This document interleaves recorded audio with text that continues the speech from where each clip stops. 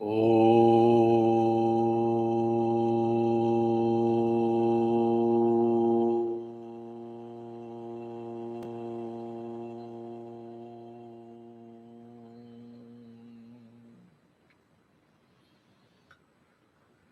श्री परमात्मने नमः। श्री गणेशाय नमः।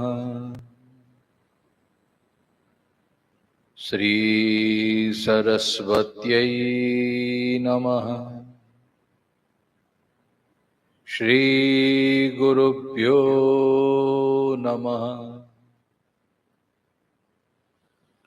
श्री माता पितुः चरणकमलेभ्यो नमः। ॐ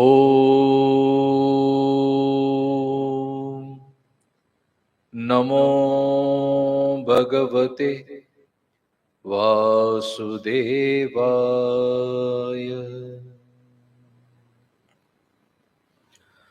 ॐ पार्थाय प्रतिबोधितां भगवता नारायणेन स्वयं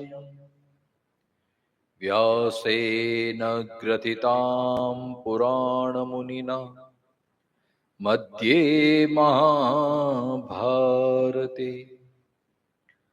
अद्वैतामृतवर्षिणीं भगवती अष्टादशाध्यायिनीम् अम्ब त्वामनुसन्दधामि भगवत् गीते भवद्वेषिणी। नमोऽस्तु ते व्यासविशालबुद्धे पुल्लारविन्दायतपत्रनेत्रे येन त्वया भारततैलपूर्णः प्रज्वालितो ज्ञानमयप्रदीपः प्रपन्नपरिजाताय स्तोत्रवेत्रैकपाणये ज्ञानमुद्राय कृष्णाय गीतामृतदुहे नमः। सर्वोपनिषदो गावो दोग्धा गोपालनन्दनः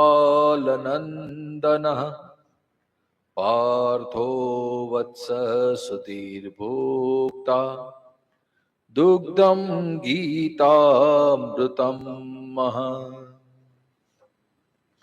वसुदेवसुतं देवं कंसचाणूरमर्दनं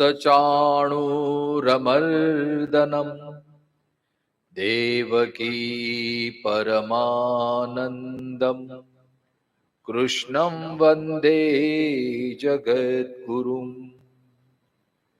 भीष्मद्रोणतटा जयद्रथजला गान्धारिनीलोत्पला शल्यग्राहवती कृपेण वहिनी कर्णेन वेलाकुल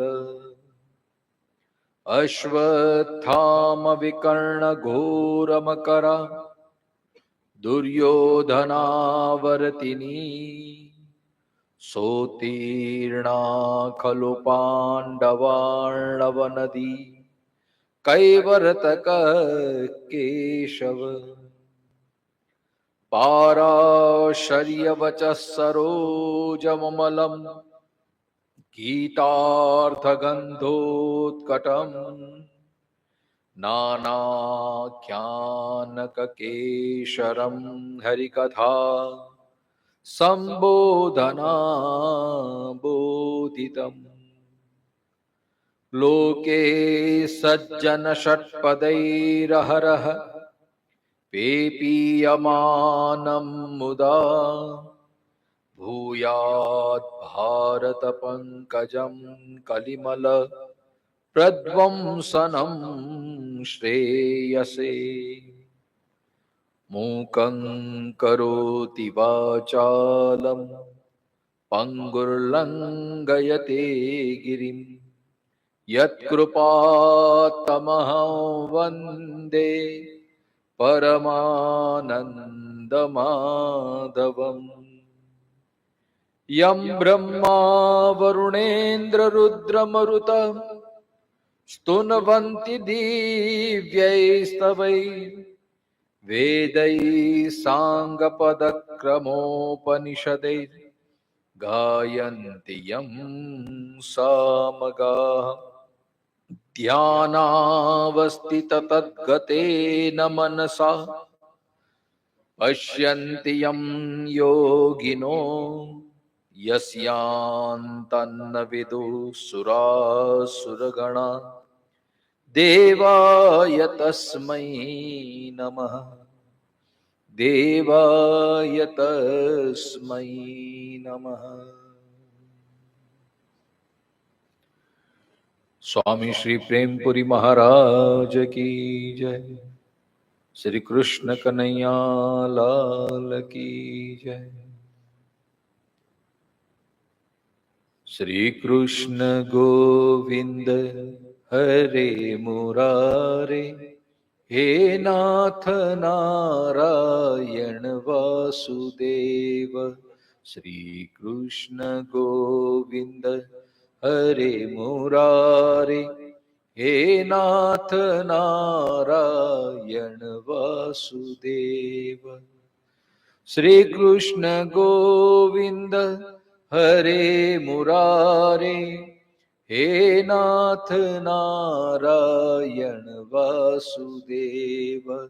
श्री कृष्ण गोविंद हरे मुरारे हे नाथ नारायण वासुदेव।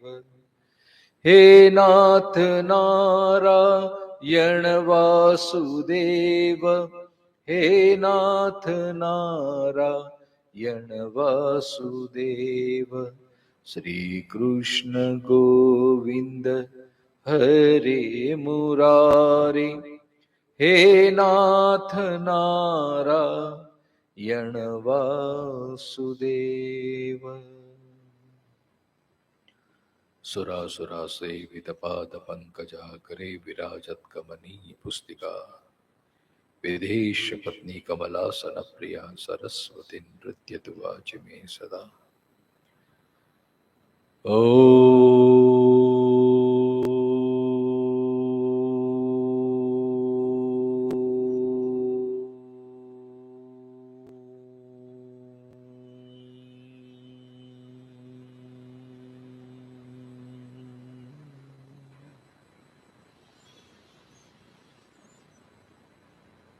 आइए आज थोड़ा आगे बढ़ते हैं। 23, 24, 25 और 26 ये संगति के 4 श्लोक हैं, उनका पारायण करेंगे हम। पहले मैं, फिर आप एक एक पद का पारायण करेंगे। फिर इसमें तो खास टीका नहीं है शंकराचार्य जी की, बहुत ही सरल, मतलब श्लोक भी बहुत ही सरल है क्योंकि आगे की संगति के कारण है। तो 4 श्लोक का पठन करेंगे, फिर उनका भाव क्या है देखेंगे। यदि याहम न वर्तेयम यदि हयाहम न वर्तेयम चातु कर्मण्यतन्द्रितः मम वर्तमानुवर्तन्ते मनुष्या पार्थ सर्वशः उत्सीदेयुरिमे लोका न कुर्यात् कर्म चेदहम् संकरस्य च कर्ता स्यान् उपहन्यामि मा प्रजाः सक्ताः कर्मण्य विद्वांसो यथा कुर्वन्ति भारत कुर्याद् विद्वांस तथा सक्ता चिकीर्षु लोक संग्रह न बुद्धि भेदम जनयेत्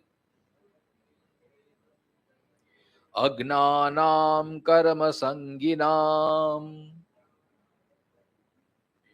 जोषयेत् सर्व कर्माणि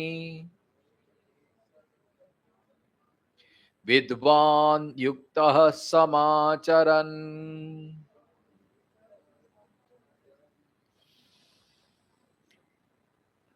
शंकराचार्य जी इनका क्या भाव कहते हैं, मतलब इन पे तो खास टीका नहीं है, जो भी है उनका श्लोकार्थ का अर्थ ही इसमें बताया है कि यदि पुनः अहम न वर्तेयम जातु कदाचित कर्मणि अतंद्रितः अनलसः सन मम श्रेष्ठस्य सतो वर्तमः मार्गम अनुवर्तन्ते मनुष्या हे पार्थ सर्वशः सर्व प्रकारे। भगवान कहते हैं कि यदि मैं कदाचित आलस्य रहित सावधान होकर कर्मों में न बरतूं तो हे पार्थ ये मनुष्य सब प्रकार से मुझ श्रेष्ठ के मार्ग का अनुकरण कर रहे हैं।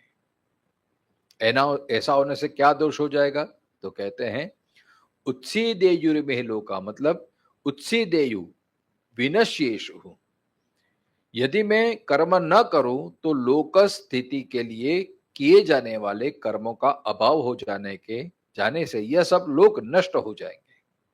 इमे सर्वलोका लोक स्थिते नैमितस्य कर्मणः अभावात् न कुर्यात् कर्म चेत अहम किंच संकरस्य च कर्ता स्याम् तेन कारणेन उपहन्याम इमाः प्रजाः प्रजानाम् अनुग्रहाय प्रवृत्तः तत् उपहतिम उपहननं कुर्यात् इत्यर्थः। मम ईश्वरस्य अननुरूपम आपद्येत, मतलब अगर मैं इस प्रकार से कर्म नहीं करूंगा तो मेरे आश्रित रहने वाली जो ये पूरी सृष्टि है वो नष्ट हो जाएगी और मैं वर्ण संकर का कर्ता हो जाऊंगा, इसलिए इस प्रजा का नाश भी करूंगा, अर्थात प्रजा पर अनुग्रह करने में लगा हुआ मैं इनका हनन करने वाला बनूंगा। यह सब मुझ ईश्वर के अनुरूप नहीं होगा। यदि पुनः हम इव त्वं कृतार्थ बुद्धि आत्मविद अन्यो वा तस्य अपि आत्मनः कर्तव्याभावे अपि परानुग्रह एव कर्तव्य इति, यदि मेरी तरह तू या दूसरा कोई भी कृतार्थ बुद्धि आत्मवेत्ता हो तो उसको भी अपने लिए कर्तव्य का अभाव होने पर भी केवल दूसरों पर अनुग्रह करने के लिए कर्म करना चाहिए। सक्तः कर्मणि अस्य कर्मणः फलम मम भविष्यति इति केचित् अविद्वांसो यथा कुर्वन्ति भारत कुर्याद विद्वान आत्मविद तथा असक्तः सन। हे भारत, इस कर्म का फल मुझे मिलेगा, इस प्रकार कर्मों में आसक्त हुए कई अज्ञानी मनुष्य जैसे कर्म करते हैं, आत्मविद्ता विद्वान को भी आसक्ति रहित होकर उसी तरह कर्म करना चाहिए। तदवत किमर्थम करोति तत्शृणु चिकीर्षु कर्तम इच्छुः लोक संग्रहम, आत्मज्ञानी उसकी तरह कर्म क्यों करता है, सो सुन, वह लोक संग्रह करने की इच्छा वाला है इसलिए करता है। एवं लोक संग्रहम चिकीर्षौ न मम आत्मविदः कर्तव्यम अस्ति अन्यस्य वा लोक संग्रहम मुक्त्वा ततः तस्य आत्मविद इदम उपदिश्यते। इस प्रकार लोक संग्रह करने की इच्छा वाले मुझ परमात्मा या दूसरे आत्मज्ञानी का लोक संग्रह को छोड़कर दूसरा कोई कर्तव्य नहीं रह गया है, अतः उसे आत्मविद्ता के लिए यह उपदेश किया जाता है। तो जो कि ये हमारे परम आदरणीय अध्यक्ष स्वामी श्री विश्वेश्वरानंद जी का ये आग्रह था कि एक एक श्लोक पढ़ना है, एक एक भाव को पढ़ना है, शंकराचार्य जी के ये जो उन्होंने जो अपने विचार प्रकट किए उनको भी पढ़ना है और बाद में उन पे हम चर्चा करें। तो इस प्रकार हमने ये 3 श्लोक में देखा। ये आगे के श्लोक की संगति है, जो मेन पॉइंट है, जो हमारा मुख्य विषय है, ये है अर्जुन को उपदेश दे रहे हैं कि तस्मात् असक्त सततम कार्यम कर्म समाचर। आसक्ति रही तो के कर्म करना चाहिए। अब इस चर्चा को हम सुने उसके पहले मुझे एक कहानी याद आती है। जैन संप्रदाय में बहुत अच्छी कहानी है। वो एक सूचक है, एक आध्यात्मिक दृष्टिकोण से उसको देखने का प्रयत्न करेंगे। इसमें पूरा कर्मयोग आ जाता है। कहानी इस प्रकार है कि एक गरीब आदमी था, उसको कुछ कमल मिल जाता है और कमल ऐसा था, वो कमोसमी जिसको बोलते हैं ना, जिसकी मौसम नहीं थी। अब मौसम होती है तो बहुत सारे कमल मिल जाते हैं बाजार में। अब जब मौसम नहीं रहती तो उसकी वैल्यू बढ़ जाती, क्योंकि बहुत कम आते हैं बाजार में। तो वो गरीब आदमी को एक कमौसमी कमल मिल गया। गरीब आदमी ने सोचा कि चलो आज इसको बेच के मैं अपना गुजारा चला दूंगा। अब वो कमल लेके वो बेचने के लिए बाजार में गया है। कहानी इस प्रकार आती है कि पहले, अब कोई मनुष्य तो लेता नहीं है, लेकिन राजाशाही चल रही थी वहां पे, तो एक मंत्री आया, राजा का मंत्री। उन्होंने देखा कि ये गरीब के हाथ में कमल है और कहीं बाजार में कमल मिलता नहीं है और सिर्फ इसी के हाथ में है। तो मंत्री ने पूछा, ये कमल क्या इसका प्रयोजन? बोला, मैं बेचने के लिए आया हूं। मंत्री ने बोला, ठीक है, तो कितना इसकी मूल्य तो लगाने चाहता है?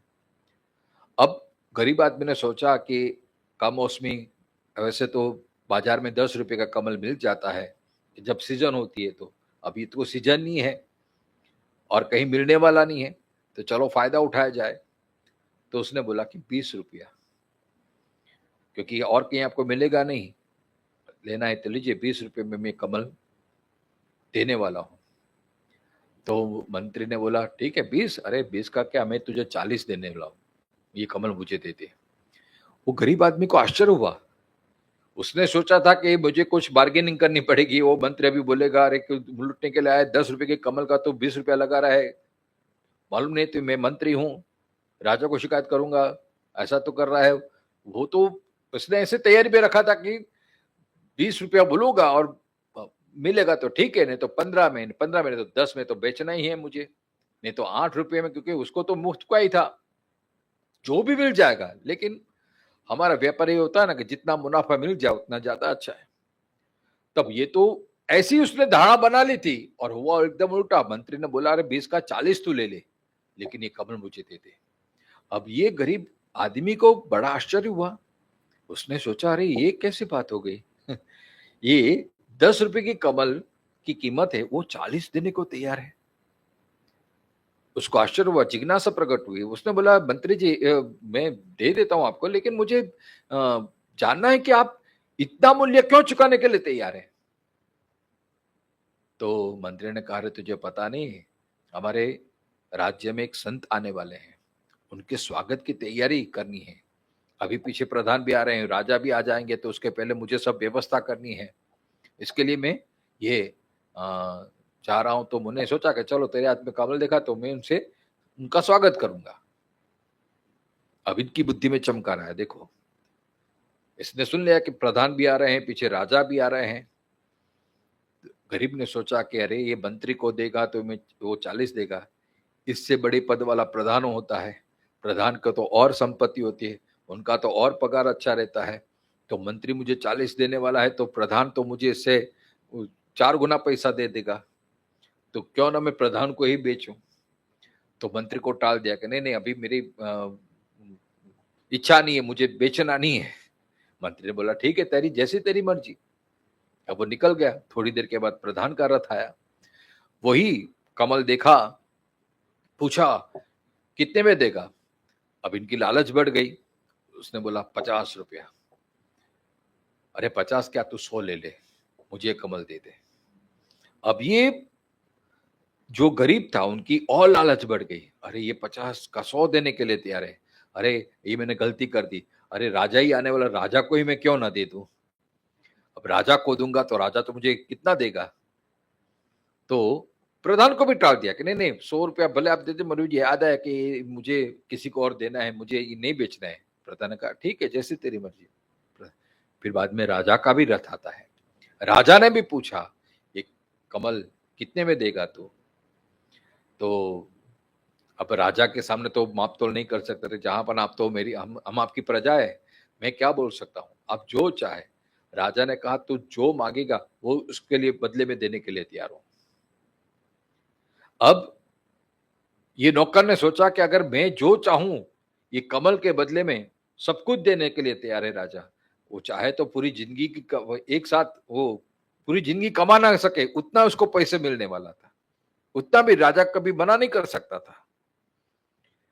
लेकिन जब राजा ने बोला कि तू जो चाहे मांग सकता है, जो चाहे तू ले सकता है मेरे से, तुझे दे दूंगा मैं। तब ये आदमी जो गरीब आदमी था उसको विचार आया कि एक कमल के लिए राजा सब कुछ न्यौछावर करने के लिए तैयार है, सब कुछ देने के लिए तैयार है। राजा ने कहा पूछा कि जहां पर ना आपकी परवानगी हो तो एक बात बता सकते, ऐसे कौन सा संत है, कौन है वो। अरे तुझे पता नहीं है, गौतम बुद्ध है। और गौतम बुद्ध जी हमारे नगर में आ रहे हैं और उनके स्वागत के लिए मैं जा रहा हूं। तो उनके स्वागत में जो भी करो कम है, क्योंकि राजा को उनके प्रति बड़ी श्रद्धा थी। तो अब देखो उनकी विचारधारा बदल गई। गरीब ने सोचा कि राजा जी आप इस कमल के बदले में मुझे बहुत सारा मूल्य देने वाले हैं, लेकिन मेरी एक इच्छा है, अगर आप अनुमति दो तो। अगर ये कमल मैं खुद संत के चरण में अर्पण कर दूं तो आपको कोई ऐतराज तो नहीं है ना। राजा बहुत बड़ा दिल वाला था, उसने बोला अरे तू मेरी प्रजा है, अब मैं चढ़ाऊं या तू चढ़ा क्या फर्क पड़ता है, तू कर सकता है, तू भी इस संत के दर्शन कर सकता है, उनके चरण में पुष्प अर्पण कर सकता है। अब वो गरीब आदमी ने वो कमल को न बेचते हुए, उनको लगा कि ये अमूल्य अवसर मुझे प्राप्त हुआ है। अब राजा मंत्री प्रधान ये सब कमल के लिए ये हैं, और वो कमल चढ़ाना चाहता है, तो ईश्वर ने मुझे तो ये तक दी है, कमल मेरे हाथ में है, और मैं ही खुद चढ़ाऊं तो मेरा आत्म कल्याण नहीं होगा। और वो आदमी खुद गौतम भगवान के पास जाता है, नमस्कार करता है, और अपने हाथों से ही वो जो पुष्प था, बेमौसमी कमल था, उनके चरणों में समर्पित कर देता है। कहानी यहां खत्म हो जाती है। लेकिन इसका मोरल ये है, आध्यात्मिक दृष्टिकोण से तो भगवान ने हमें ये जीवन रूपी कमल दिया है। अब ये कमल शरीर का हम कर्म के हिसाब से हम हमेशा अपेक्षा रखते हैं, मैं इतना कर दूं तो मुझे इतना मिल जाएगा, इतना हो जाएगा तो इतना मिल जाएगा, इतना हो तो इतना मिल जाएगा। लेकिन जब हम गीता पढ़ते हैं, भगवान का उद्देश्य क्या है कि हमारा कर्म सिर्फ सांसारिक फायदा या भोग तृप्ति, इंद्रिय तृप्ति या कुछ पैसे मिल जाए, इतने के तक ही सीमित न होना चाहिए। अगर नर अपनी करनी करे तो नर का नारायण हो जाए, ये जीवन रूपी पुष्प हमें दिया है। तो हमारे कर्मों के द्वारा हम ऐसे कर्म करें कि कर्म से ही हम ईश्वर को प्राप्त हो सके। इसलिए भगवान कहते हैं कि लोक संग्रह में वापी, ये लोक संग्रह का अर्थ होता है कि जिससे समाज को प्रेरणा मिले, जिससे समाज का उत्कर्ष हो, जो समाज अधपतित ना हो। मैं हमेशा कहता हूं कि अगर माँ बाप ने अच्छा जीवन जिया है तो बच्चों पे उसका असर पड़ता है, कि मेरी माँ ने इतने कष्ट सहे, कितनी विपरीत संजोग आए, कितनी विपरीत परिस्थिति आई, फिर भी मेरी माँ डरी नहीं, हटी नहीं, निराश ना हुई, वो डटी रही। तो मुझे भी ऐसे विश्वास रखना चाहिए, मुझे भी हिम्मत लेना चाहिए। तो ये अपने आप प्रेरणा मिलती है अपनों से, बड़ों से। और न करे नारायण, कभी कभी ऐसा भी प्रसंग आता है, आदमी इतना निराश हो जाता है, सामना नहीं कर पाता परिस्थिति का, तो फिर वो सुसाइड कर लेता है या कुछ ऐसा दुष्कृत्य कर लेता है, इसके परिणाम स्वरूप पीछे उनके परिवार का कितना उनको झेलना पड़ता है। और फिर वही समस्या जब बच्चों पे आती है तो बच्चों भी वही कार्य कर लेते हैं फिर, क्योंकि उसने यही देखा है कि भाई अभी कुछ नहीं है तो बस अपने आप को खत्म कर दो। ये नहीं होना चाहिए। इसलिए भगवान ने हमें ये जो जीवन दिया है, स्थिति चाहे कोई भी हो। अब यहाँ कई लोग प्रश्न करते हैं, शास्त्री जी आपको तो व्यासपीठ पे बैठ के प्रवचन करना आता है, अब हमारे लाइफ में जरा देखिए कितनी समस्या है, क्या कर सकते हैं हम, कितना प्रयत्न करें। देखो, जीवन में कठिनाई आती है। हमने बोला ना पहले ही कि 4 ऐसे स्थिति हैं जो, एक तो स्थान, दूसरा है काल, तीसरी है चीज, पदार्थ, और चौथी है व्यक्ति। आप देखें, हमारा दुख सुख का कारण ये 4 में ही हो सकता है। या तो स्थान के कारण हम दुखी हैं, या तो काल के कारण हम दुखी हैं, समय के कारण हम दुखी हैं, या तो व्यक्ति के कारण हम दुखी हैं, और या तो फिर क्रिया के कारण, वस्तु के कारण, व्यक्ति के कारण। अभी जो फिलहाल चल रहा है, हमारी क्रिया से, हमारे कर्म से ही हम परेशान हैं। किसी को अच्छा नहीं लगता नौकरी करना, किसी को अच्छा नहीं लगता है ये करना, लेकिन परवश करना पड़ता है।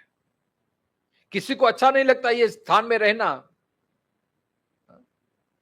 हमारे में कई बार मेरे प्रवचन में कहता हूं, जो भुलेश्वर में रहते हैं, 1 रूम किचन में रहते हैं, अब उनकी यही आश होती है बस अभी किसी बिल्डर की नजर पड़ जाए और 1 रूम किचन का थोड़ा एक 100 फुट जगह मिल जाए तो 1 बेडरूम हो जाए बस, तो फिर भयो भयो।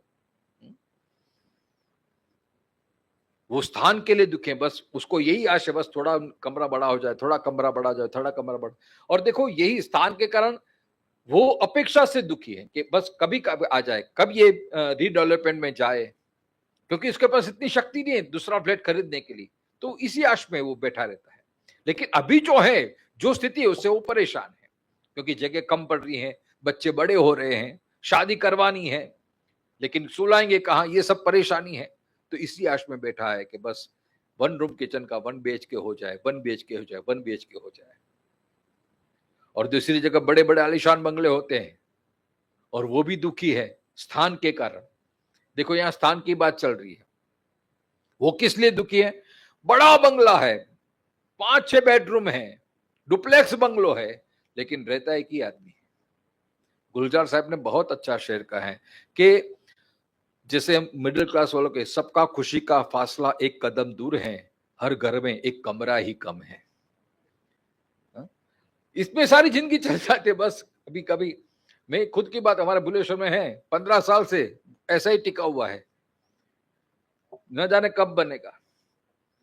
तो सबका खुशी का फासला एक कदम ही दूर है, बस हर घर में एक कमरा ही कम है। सबको ऐसा लगता है बस भगवान थोड़ी कृपा कर दे, एक थोड़ा एक बस 1 रूम किचन का 1 BHK हो जाएगा, फिर बच्चे की शादी हो जाएगा तो उसको एक जगह हो जाएगी, फिर भयो भयो।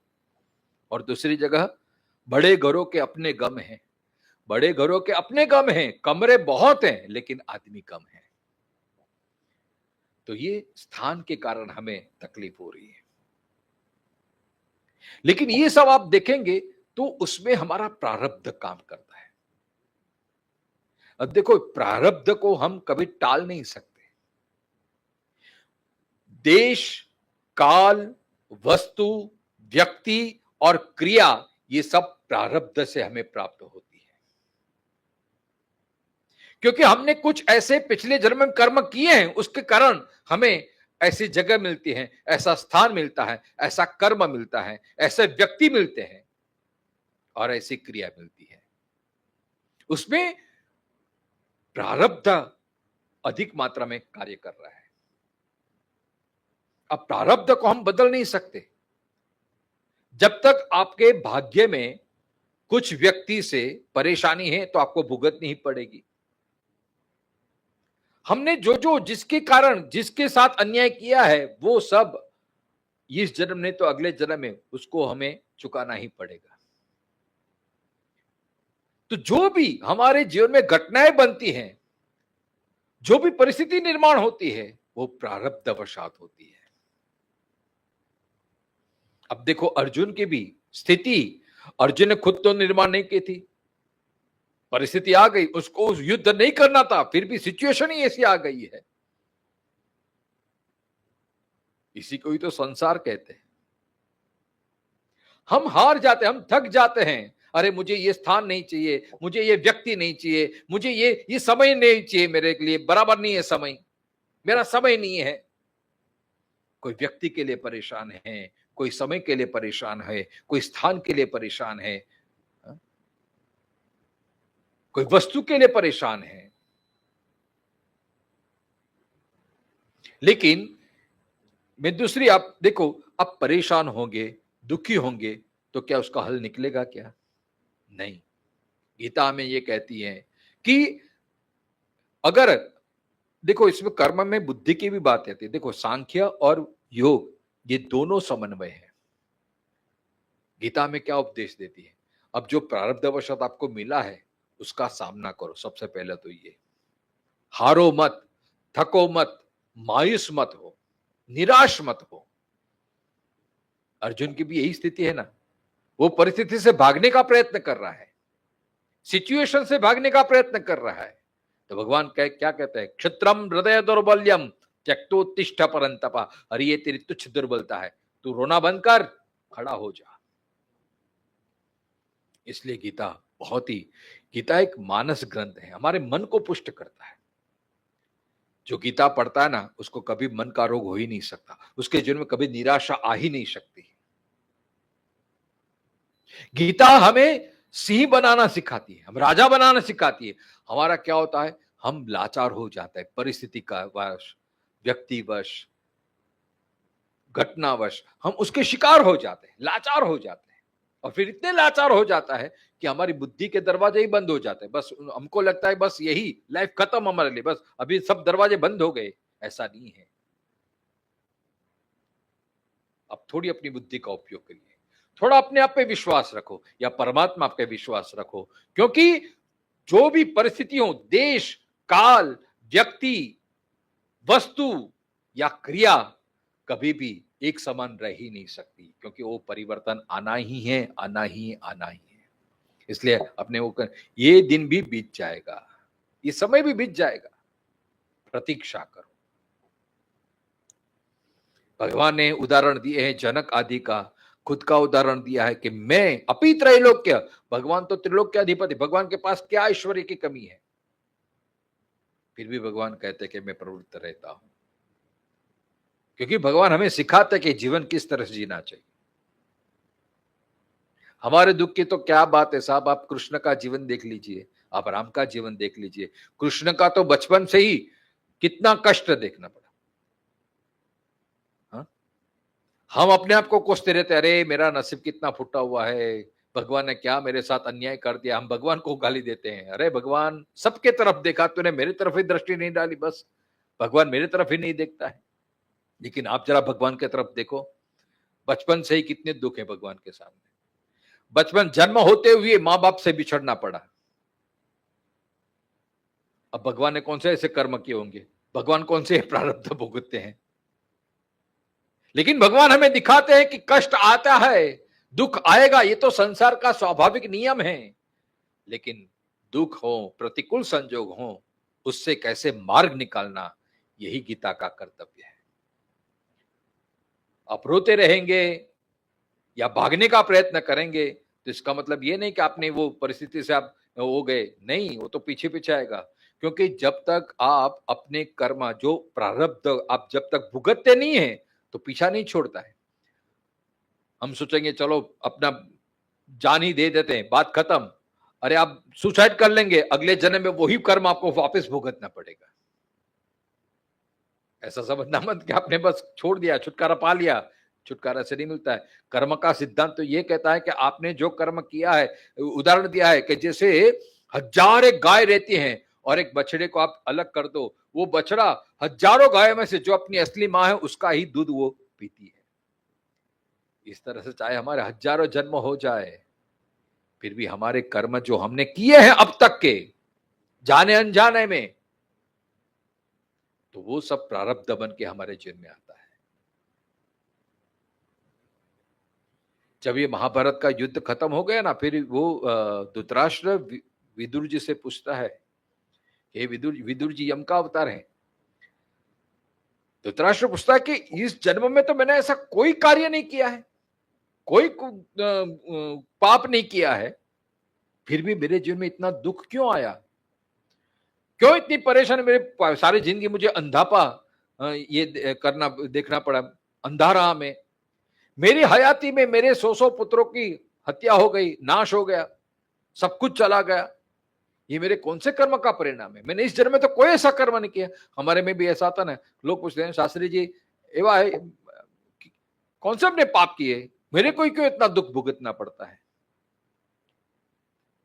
विदुर जी कहते हैं कि धृतराष्ट्र, आपने इस जन्म में कोई पाप नहीं किया है, लेकिन 100 जन्म पहले, विदुर जी उसको 100 जन्म का पहले का इतिहास बताता है कि 100 जन्म पहले आप एक पारधी थे, एक शिकारी थे, और आपने वो पक्षियों का शिकार करने के लिए वो गरम गरम जाल वो बिछाई थी, और जिसमें छोटे छोटे बच्चे तो आग के कारण मृत्यु हो गए, और जो बड़े पंखी थे वो आग के कारण उनकी आंख की दृष्टि चली गई थी। तो वो कर्म का परिणाम अब 100 साल के बाद ये आपको भुगतना आया है।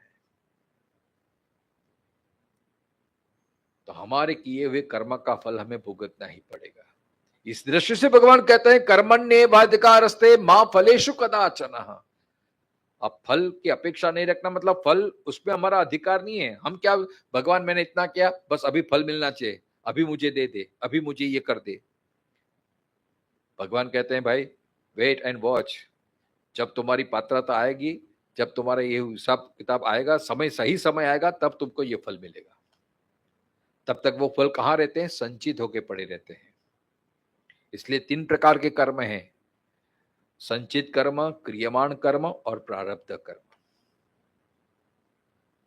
क्रियमाण कर्म ऐसा होता है कि आपने इस बार कर्म कर दिया, जैसे छोटी छोटी क्रिया, आपको भूख लगी, आपने खाने खाने का कर्म किया और आपकी क्षुधा शांत हो गई, तो उसको बोलते क्रियमाण कर्म।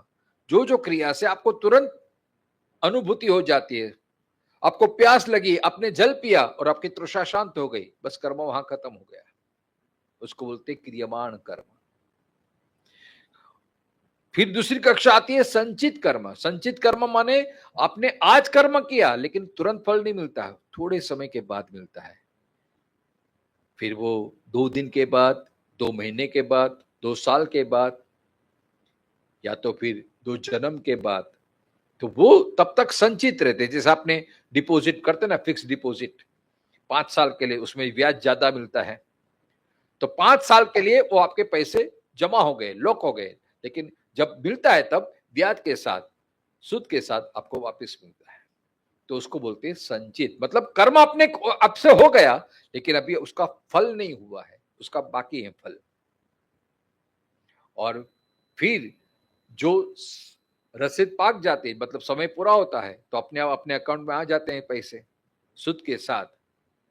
तो अभी हमारा जन्म हुआ है, अब जो पिछला हिसाब है, अब जिसकी डेट आ गई, मैच्योरिटी डेट वो हो जाती, तो अपने आप अपने खाते में वो आ जाता है प्रारब्ध के रूप में, उसको हम प्रारब्ध बोलते हैं। तो भाग्य हमारा जो है वो भाग्य के हिसाब से हमें मिलेगा। अब कल हमारी मैच्योरिटी है, हमें पता नहीं है, तो कल हमारा जैसा भाग्य होगा, अगर भाग्य में दुख भुगतना है तो कोई ऐसी व्यक्ति मिल जाएगी आपके जीवन में कल, जिसके कारण आपको झगड़ा हो जाएगा, कुछ ना कुछ ऐसा परेशानी होगी, या कुछ ऐसी चीज मिल जाएगी जिसके कारण आप बंधन में आ जाएगा, या कुछ ऐसी घटना बनेगी, या कुछ इस जिस स्थान में आप जाएंगे, तो ये सब प्रारब्धवशात आपको मिलना है।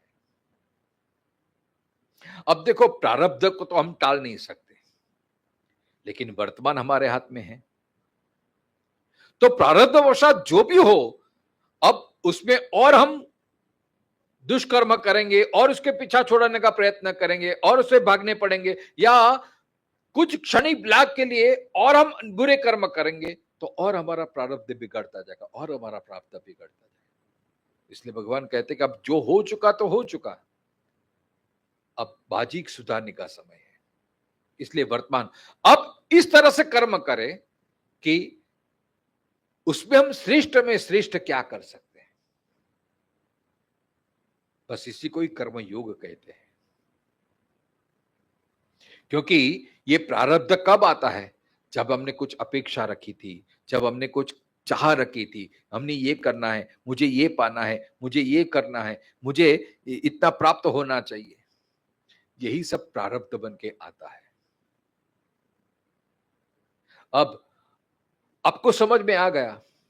अब आपको समझ में आ गया कि इतनी क्षुल्लक बाबत के लिए मैं इतना परेशान हो रही थी, अब मुझे ये चाहिए ही नहीं। अब जब ऐसा आप करेंगे तो क्या होगा? आपकी जब आसक्ति कम हो जाएगी, तो वो प्रारब्धवशात जो स्थिति निर्माण हुई है, वो चाहे कुछ भी करे, लेकिन आप अपनी शांति को अकबंद रख सकते हैं। कई लोग बोलते हैं कि महाराज मैं परिवार से बहुत परेशान हूं। आदमी सब जगह जीत सकता है, लेकिन घर में कैसे जीते? अब ऐसे व्यक्ति मिले, परिवार के सदस्य, क्या बात करूं, हमेशा बस झगड़ा झगड़ा झगड़ा। हम जितनी शांति रखने का प्रयत्न करें, सुनने अब इसमें मैं क्या कर सकते हैं? इसमें आपका कर्मयोग कैसे आया? देखो, कर्मयोग तो आप अप्लाई हर जगह कर सकते हैं। प्रारब्धवशात आपको ऐसे व्यक्ति मिल गए, चलो आप अच्छे हैं, लेकिन आपको हमेशा टीका का सामना, क्लेश का सामना करना पड़ता है। अब वो आपका प्रारब्ध है। अब सामान्य व्यक्ति होगा तो क्या करेगा? अब जब शुरू हो जाए, उसने कुछ सुनाया तो हम और 4 सुनाते हैं, वो 4 सुनाते हैं, हम और 10 सुनाते हैं, फिर लाभ लाभ लाभ लाभ लाभ बढ़ता ही जाता है। कई लोग बोलते हैं ना, अरे मैं कितना सहन करूं। हाँ, हमारी भी सहनशीलता की एक हद होती है, कितना सहने का, कितना वो करेंगे। तो ये क्या हो गया? आपने ये सही कर्म किया? नहीं, आपने वो परिस्थिति का शिकार हो गया, क्योंकि वो तो यही चाहती थी कि आप ऐसे बने, तो उसका आपने क्लेश बढ़ा दिया। वो प्रारब्ध तो यही चाहता था कि आपको दुख हो। लेकिन अगर आपने गीता पढ़ी है, आपने कर्मयोग को जाना है, तो उस वक्त आप सावधान हो जाइए। वो चाहे कुछ भी बोले, उसको बोलने दो। अपने मगज को शांत करने का प्रयत्न करो। उसके बोलने से हम ऐसे हो जाते हैं क्या? नहीं होते हैं। इसी को ही तो बुद्धि योग कहते हैं। थोड़ा बुद्धि का, थोड़ा विवेक का आप प्रतीक्षा करें। कितना बोलेगा, कितना बोलेगा आदमी? किसी का स्वभाव होता है गुस्से वाला। अब परिस्थिति ऐसी निर्माण हो गई, अगर आपका मौका मिले तो आप चप्पल पहन के बाहर चले जाओ, तो आप बन सकते हैं। ओला ब्लाब उसकी बंद हो जाएगी, आ जाओ वापिस। ये एक उपाय है। या तो फिर अपने सामर्थ्य है तो उसको चुप करा दो, वो भी नहीं है तो फिर सहन कर लो, लेकिन अपने मन को शांत रखो, उसकी प्रतिक्रिया न करने दो। बस उसमें सोचो कि इसमें मैं क्या कर सकता हूं। ऐसा कुछ करो जिसके कारण वो समस्या और न बढ़े, लेकिन समस्या का हल हो जाए। अब अर्जुन के स्थान में भी ऐसी स्थिति आई गई। अब देखो, दुर्योधन के लिए ये तो मौका अच्छा है। उसने ये सोचा कि चलो इतने बड़े बड़े लोगों को मैंने इकट्ठे कर लिए, अब इनको मार डालूंगा, पूरा राज्य मुझे मिल जाएगा। युद्ध की अवस्था है। दुर्योधन के लिए वो पाप कर्म है, लेकिन अर्जुन के लिए वो पुण्य कर्म है, क्योंकि भगवान कहते हैं कि ये धर्म युद्ध है, ये तेरा कर्तव्य है। सिचुएशन एक ही रहती है, लेकिन आप उस कर्म को किस दृष्टि से देखते हैं। अब अर्जुन भी परिस्थिति को टाल नहीं सकता, उसको फेस करना ही पड़ेगा। अब परिवार का सदस्य ऐसा है तो आपको सहन करना ही पड़ेगा सारे जिंदगी। या तो आप छोड़ दीजिए, शांति से बन सकते, लेकिन अब छोड़ भी नहीं सकते, उसका स्वभाव में भी कोई परिवर्तन, तो आप स्वीकार कर लीजिए। बस जब आप स्वीकार कर लेंगे तो आपको दुख का एहसास कम हो जाएगा। लेकिन उससे भागने का प्रयत्न करेंगे कि नहीं, मेरे ही साथ ऐसा क्यों हो रहा है, मुझे ही क्यों सहन करना है, अब मैं बर्दाश्त की हद हो गई, फिर आप भी इसके जैसे हो गए, तो आपने वो अपना विवेक आपने खो बैठा। दुर्योधन तो यही चाहता है, लेकिन आप अर्जुन बने रहिए बस। फिर क्या अड़चन है? आप आपका भगवत भजन शुरू कर दीजिए।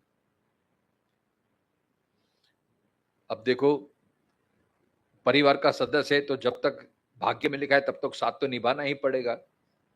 तो शांति से निभाते रहिए, बस अपने मन को किसी और में, उच्च हेतु में मन को केंद्रित कीजिए, उसको आप इग्नोर करने का प्रयत्न कर दीजिए। और ऐसा सोचे कि भगवान ने मुझे महाकाली का स्वरूप साक्षात ये कर दिया है, जब जब क्रोध आए तो महाकाली मात की जय, जब शांत हो तो अन्नपूर्णा मात की जय। अच्छा, कोई पुरुष का ऐसा क्रोध है तो बोलो नरसिंह भगवान की जय, तो हमारा भगवत भाव भी बना रहेगा।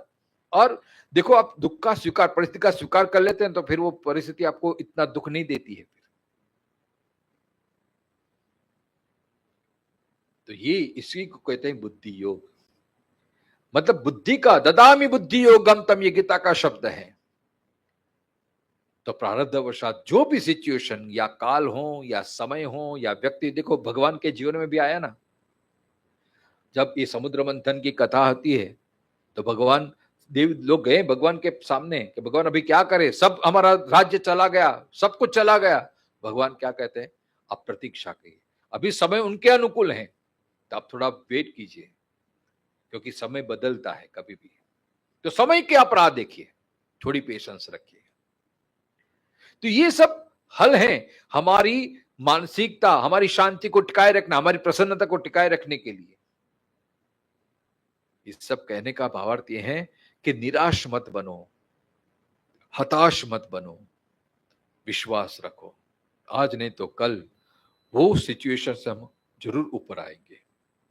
और परिस्थिति कैसी भी निर्माण हो, उसमें हम अच्छी तरह से उसका निकाल लाने का प्रयत्न करें।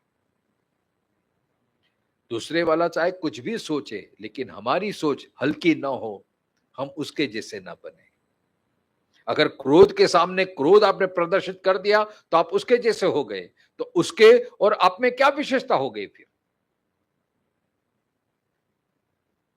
आप अपनी सात्विकता को बनाए रखें, थोड़ी प्रतीक्षा करिए, और जब आप ऐसी नीति के मार्ग पे चलते हैं, सत्य के मार्ग पे चलते हैं, थोड़ा धीरज रखते हैं और थोड़ा प्रभु पे विश्वास रखते हैं, तो जीत हमारी ही होगी। कोई हमें फिर, कुछ क्षण के लिए ऐसा हो सकता है, पराभव हो सकता है। देखो, ग्रहण होता है तो राहु ग्रस लेता है, कुछ क्षण के लिए बादल सूर्य को ढक सकते हैं, लेकिन हमेशा उसकी औकात भी नहीं है, शक्ति भी नहीं है, सामर्थ्य भी नहीं है। वो कुछ कुछ क्षण के लिए होता है। ऐसे ही आसुरी वृत्ति कुछ क्षण के लिए होते। अब देखो, जीवन में कभी कभी जो भी आवेश भी आते हैं ना, कुछ क्षण के लिए होते हैं। बाह्य शत्रु तो हैं, लेकिन हमारे जो आंतरिक शत्रु हैं वो भी कुछ क्षण के लिए वो हावी हो जाते हैं। कभी क्रोध हमारे पे हावी हो जाता है, कभी लोभ हमारे पे हावी हो जाता है, कभी मोह हमारे पे हावी हो जाता है, लेकिन कुछ क्षण के लिए। उस वक्त सावधान हो जाइए, उसमें बह ना जाइए, नहीं तो क्या हम उसके शिकार हो जाते हैं। इसी को कहते हैं कर्म योग। अपनी स्थिति बनी रहे और ऐसे कर्म करे कि अब तक तो हमने अनजाने में ऐसे कर्म कर दे कि इसके परिणाम स्वरूप हम सुख दुख भुगतते हैं। लेकिन अगर आपकी मानसिक स्थिति जीवन के तरफ, कर्म के तरफ देखने की दृष्टि बदल गई, तो फिर कोई कर्म, सुख या दुख, हमारा प्रारब्ध भी हमारे लिए गौण हो जाता है। इसी को कहते हैं कर्म योग। एक स्थान किसी के लिए सुख का कारण बन सकता है, किसी के लिए दुख का कारण बन सकता है। फॉर एग्जाम्पल मैं आपको बताऊं, किसी ने 1 BHK का फ्लैट लिया तो वो बड़ी खुशी मना रहा है, पेड़े बांट रहा है, सबको भोजन करा रहा है, खुशी खुशी सबको दिखा रहा है, देखो ये मैंने फ्लैट लिया। क्यों? क्योंकि वो पहले 1 रूम किचन में रहता था। तो जो 1 रूम किचन में रहता था उसने 1 BHK लिया, तो उसके लिए खुशी का माहौल हो गया है। और पड़ोस में दूसरा व्यक्ति ने भी 1 BHK लिया है, लेकिन वो दुखी है। क्यों? क्योंकि वो पहले बंगले में रहता था, बड़ा घर था, लेकिन कुछ ऐसी स्थिति आ गई कि जिससे नुकसानी आ गई, तो सब कुछ बेचना पड़ा और 1 BHK में आ गया। अब स्थान एक ही है, एक के लिए सुख का कारण बन गया, एक के लिए दुख का कारण बन गया। वो अपना मुंह छुपाते फिरता है, किसी को एड्रेस भी देने के लिए तैयार नहीं है और दुखी है। तो देखो स्थान एक ही है 1 BHK, लेकिन एक के लिए सुख बन गया, एक के लिए दुख बन गया, क्योंकि उसने कुछ ऊंचाई सर की थी और नीचे आ गया तो अपने आप को दुखी मानता है, अरे रे मैं तो 1 BHK में आ गया, मैं तो 1 BHK में आ गया। और तीसरा एक व्यक्ति रहता है, वो चाहे 1 BHK हो चाहे बंगला हो, क्या फर्क पड़ता है, आखिर ये सब भी छोड़ के जाना पड़ेगा, तो उसमें वो आसक्त नहीं है, तो उसके लिए न सुख का प्रसंग है न दुख का प्रसंग है, क्योंकि वो अनासक्त है, क्योंकि वो समझता है कि ये भी अब ठीक है, जब तक शरीर है भगवान ने जैसे रखा, रख रहने के लिए तैयार है, तो उसकी शांति बनी रही थी, इसी को अनासक्त बोलते हैं।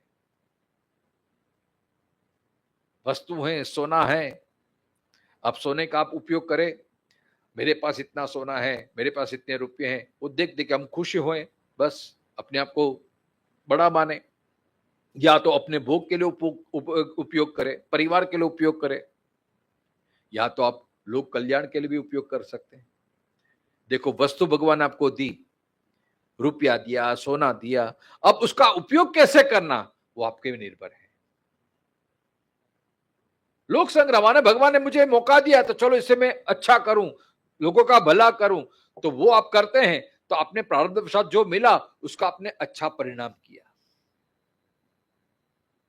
केवल आपने स्वसुख का विचार किया और आपने संभाले रखा, तो वो आपके उपयोग में तो आने वाला नहीं है।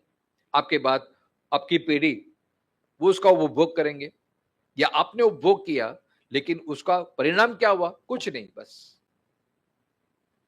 तो भगवान कर्मयोग द्वारा हमें यह बताना चाहता है कि हमने जो भी प्रारब्ध वशात हमें मिला है, चाहे ज्ञान मिला हो, चाहे संपत्ति मिली हो, चाहे सत्ता मिली हो, जो भी मिला है उसको सिर्फ अपना स्वार्थ का उपयोग न करे, इससे परमार्थ का भी उपयोग करे, परहित का उपयोग करे, तो वो प्रारब्ध आपका और बढ़ जाता है, भगवान आपकी शक्ति को और बढ़ा देते हैं।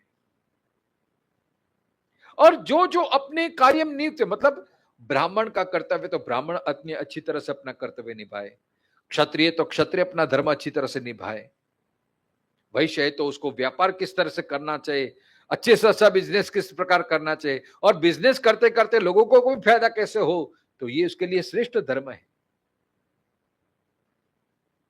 अब ब्राह्मण अपना वेद पाठ छोड़कर वो धंधे में जाएगा और वैश्य इसमें आएगा, तो दोनों का बिगड़ेगा, क्योंकि ये भगवान कहते हैं ना, ये जो वर्ण व्यवस्था है वो गुण कर्म विभागशः, अपने गुण के कारण ही भगवान ने व्यवस्था की है। और अधिक सहजता कैसे कहूं, तो आपकी जिसमें रुचि, आपका अंतःकरण जो माने कि मुझे ये करना है, मुझे ये, आपकी अंतरात्मा को पूछिए आपको जो अच्छा लगता है, और वो ही मार्ग पे आप चले, और उसमें बेस्ट में बेस्ट करिए। ऐसा भी नहीं कि बस कर दिया, करने खातर कर दिया, ये कर नहीं, उसमें ऊंचाई पे पहुंचना है बस, ताकि अपने ओर से हमें आत्मग्लानि न हो कि अरे मैंने ये तो नहीं कि मैं ऐसा करता और अच्छा होता, ऐसा करता तो और अच्छा होता। मतलब हमेशा अपने आप को अपडेट रखिए, जो भी आपके क्षेत्र में है हमेशा उसमें अग्रसर रहिए, उसमें कभी रुकावट ना आना चाहिए। अर्जुन की स्थिति, अर्जुन क्षत्रिय है, राजा है, राजा का कर्तव्य है प्रजा का पालन करना, समाज को अच्छी दिशा को राह दिखाना, लेकिन आज अर्जुन ही पानी में बैठ गया है।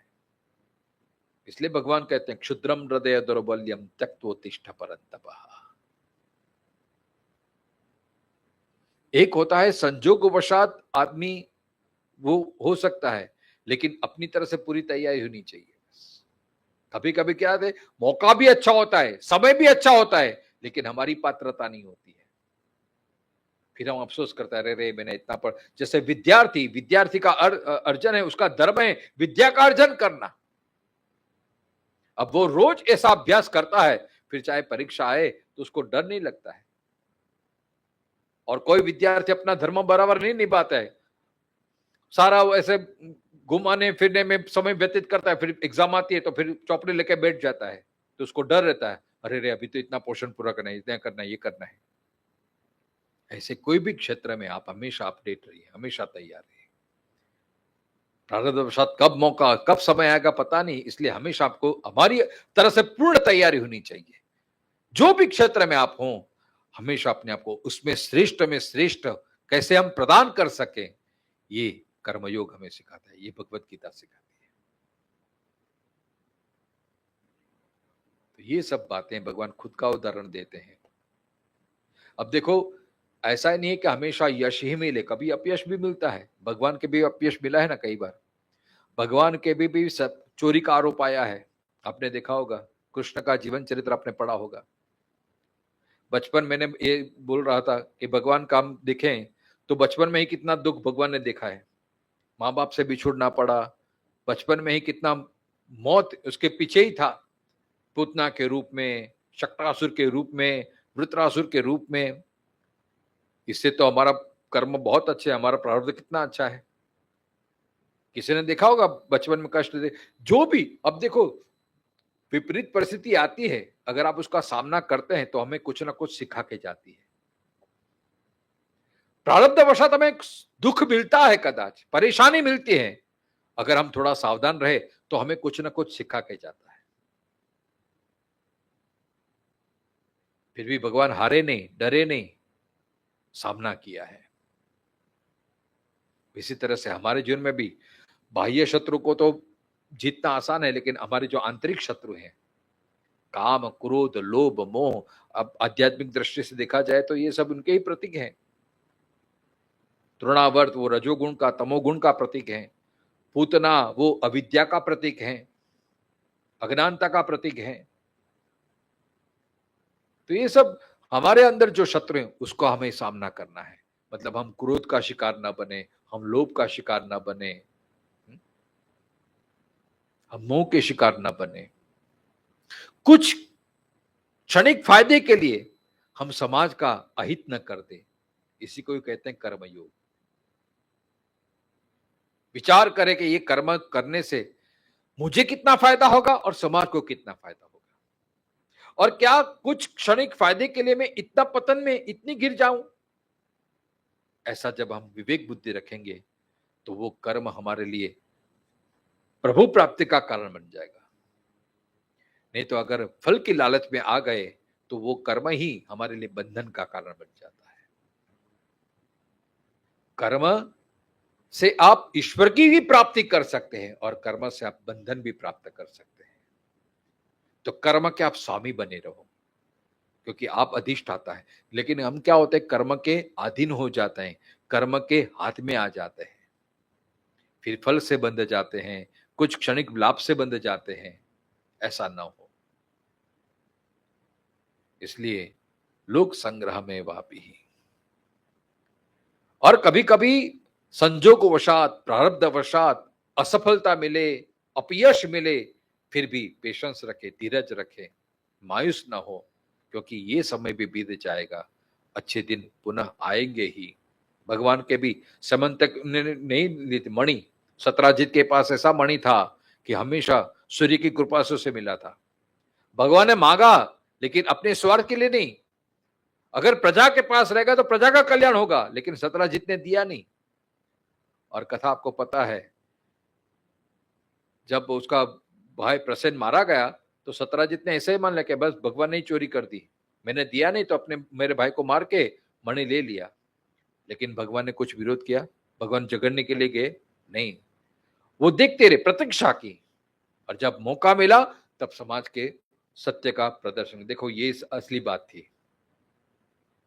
तो कभी कभी प्रारब्धवशात अपयश मिलता है, दुख मिलता है, समय कमजोर हो, पेशेंस रखे, धीरज रखे, अपने हृदय को दुर्बलता में मत डालिए, भगवान को याद कीजिए, थोड़ा अपने आप पे विश्वास कीजिए, पुरुषार्थ करते रहिए, सच्ची निष्ठा बना के रखिए, तो अवश्य वे कोई भी परिस्थिति हो कायम नहीं टिक पाती। अंत में हमें अमृतत्व की प्राप्ति होगी होगी होगी ही, परमात्मा की प्राप्ति होगी होगी होगी ही। और अगर अच्छे मार्ग पे चलते हैं ना, और पुरुषार्थ भी, प्रयत्न भी करते हैं ना, तो भगवान हमारा हाथ पकड़ लेते हैं। इसी को ही कहते हैं कर्म योग। समय हो गया है, आगे शेष चर्चा कल करेंगे। ओम पूर्णमद पूर्णमिदम पूर्णात् पूर्णमुदच्यते पूर्णस्य पूर्णमादाय पूर्णमेवावशिष्यते। ओम शांति शांति शांति। शंकरं शंकराचार्यं केशवं बादरायणं सूत्रभाष्यकृतौ वन्दे भगवन्तौ पुनः पुनः। ईश्वरो गुरु आत्मेति मूर्तिभेद विभागिनी व्योमवत् व्याप्तदेहाय दक्षिणामूर्तये नमः। ओम शांति शांति शांति। हरि ओम।